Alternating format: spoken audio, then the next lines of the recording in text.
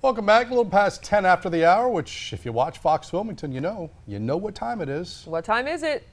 Game time. Ooh.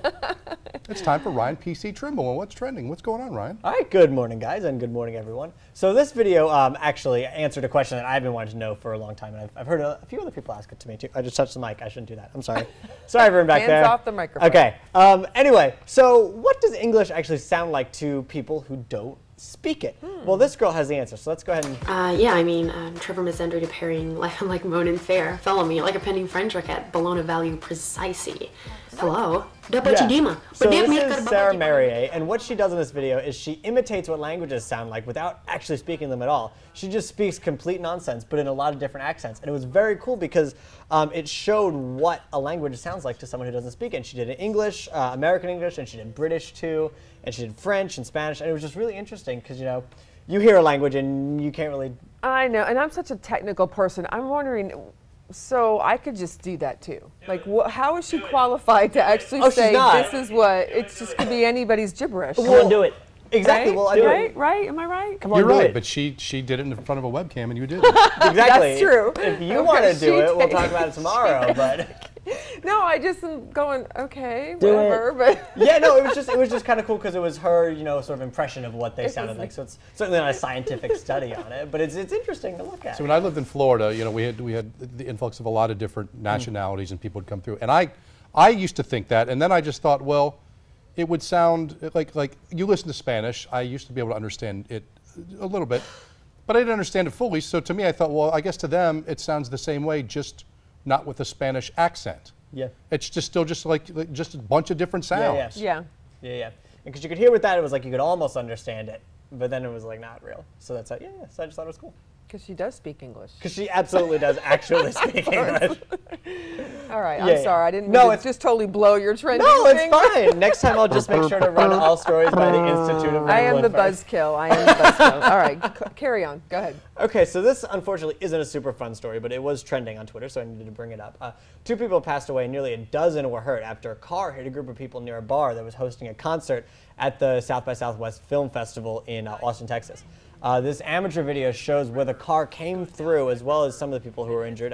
One person could be seen in the video receiving chest compressions, and luckily that person did pull through. And then of those people that were hurt, 5 of them are still in critical condition, and the driver has been taken into police custody at this time. So we're not entirely sure what, why he did that, or what exactly happened, but I think there was some talk about possibly a drunk driver, right? You were reporting on this earlier. Yeah, he has been taken into custody. I know that he was drunk at the time of the accident. He was, okay. And this thing, I want to say Twitter. It was the first place that this showed up. Yeah. Oh, wow. That people, on site started tweeting out still images and accident and hashtag X by SW or whatever it is.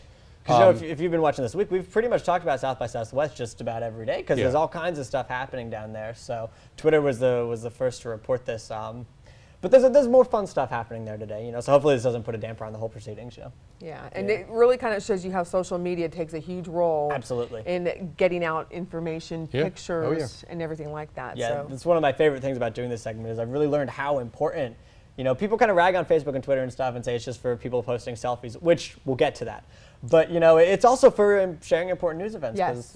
A lot of the news that we learn nowadays comes from those. Definitely. Yeah. All right. Yeah, so now we want to take a look at our own Twitter because yesterday we asked you all to tweet us your selfies while watching today's shows. So let's take a look at them.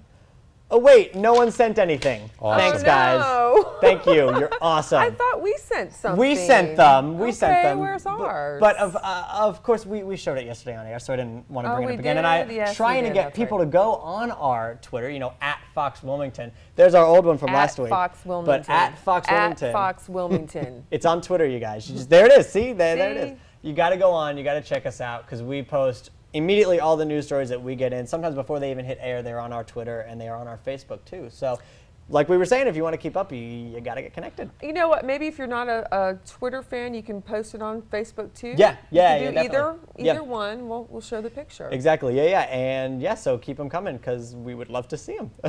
So speaking of someone that I'm literally playing with Twitter right now. Well, because there was one of the people that I follow him. He follows me on Twitter. Tom Royce was one of the people that jumped on the picture we sent out yesterday.